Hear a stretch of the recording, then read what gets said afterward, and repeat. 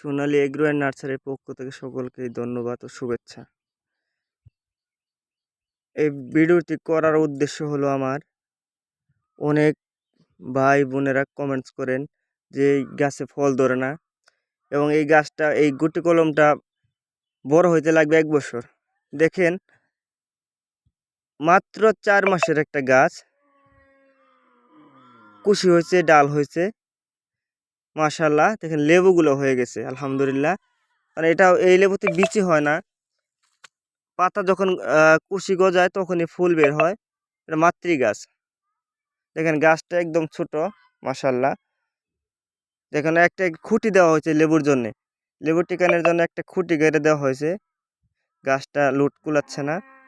দেখেন আমি শুরুতে দেখাই, একদম প্রথম ডাল দেখেন কতগুলো কলি, তারপরে দেখেন একটা বড় লেবু, এই দেখেন ডগাতে একটা লেবু, এই পাশে দেখেন এই যে নতুন কলি, পাশে দেখেন একটা ডাল। মাশাআল্লাহ আলহামদুলিল্লাহ কতগুলো লেবু ধরে।